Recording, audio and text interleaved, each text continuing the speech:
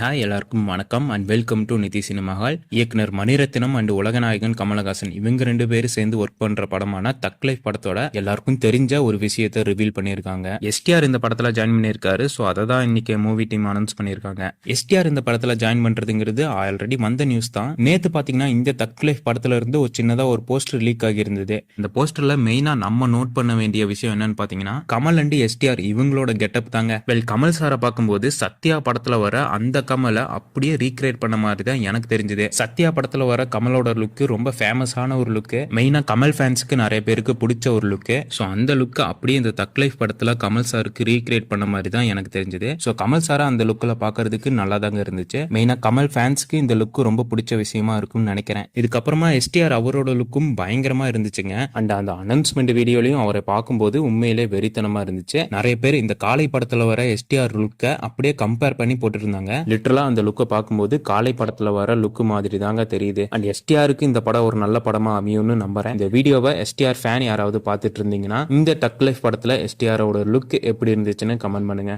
So இதுக்கப்புறமா league ஆன அந்த தக் லைஃப் படத்தோட போஸ்டரை பற்றி பார்க்கும்போது அந்த போஸ்டரில் பார்க்குற கெட்டப்ஸ் அந்த லுக்கை எல்லாமே நோட் பண்ணி பார்க்கும்போது இந்த படம் ஒரு வில்லேஜில் நடக்கிற கதைக்களங்கிற மாதிரி தெரியுது. ஸோ டைரக்டர் மணிரத்னம் என்ன புதுசாக குக் பண்ணுறாருன்னு தெரியல. படம் நல்லா இருந்தா சரி, வெயிட் பண்ணி பார்க்கலாங்க. இதுக்கப்புறமா சுந்தர்சி டைரக்ட் பண்ண அரண்மனை 4 படம் போன வாரம் ரிலீஸ் பண்ணியிருந்தாங்க. இப்போ வரைக்கும் அந்த படத்துக்கு நல்ல ரிப்போர்ட் தான் வந்துட்டு இருக்கு. அரண்மனை 4 படம் பார்த்தவங்க படம் எப்படி இருந்துச்சுன்னு கமெண்ட் பண்ணுங்க. இப்போ எதுக்குடா இதை பற்றி பேசுற அப்படின்னு கேட்டிங்கன்னா இந்த படத்தை டைரக்ட் பண்ண சுந்தர்சியோட அடுத்த படத்தை பற்றி தாங்க பேச போறோம். இவர் இந்த அரண்மனை 4 படத்துக்கு ப்ரொமோஷனுக்கு நிறைய இன்டர்வியூஸ் எல்லாம் கொடுத்திருந்தாரு. அந்த இன்டர்வியூல நிறைய விஷயங்கள் அவர் ஷேர் பண்ணியிருந்தாரு. அவரோட அடுத்தடுத்த படங்களை பத்தியும் நிறைய விஷயங்கள் ஷேர் பண்ணியிருந்தாரு. அதுல ஒண்ணு பாத்தீங்கன்னா கலகலப்பு 3 பத்தி லைட்டா டீஸ் பண்ணியிருக்காரு. என்னன்னா இந்த படத்துல விமல் அண்ட் சிவா இவங்க 2 பேரும் மெயின் கேரக்டரா நடிப்பாங்கிற மாதிரி சொல்லியிருக்காருங்க. விமல் இந்த படத்துல ஜாயின் பண்ணி இருக்கிறதுனால லிட்டரலா கலகலப்பு ஃபர்ஸ்ட் பார்ட்டோட மெயின் கேரக்டரை அப்படியே ரீபூட் பண்ண மாதிரி இருக்குங்க. அப்படியே இந்த படத்துல சந்தானத்தையும் இறக்குனா நல்லா இருக்கும். வெயிட் பண்ணி பார்க்கலாங்க என்ன பண்றாங்கன்னு.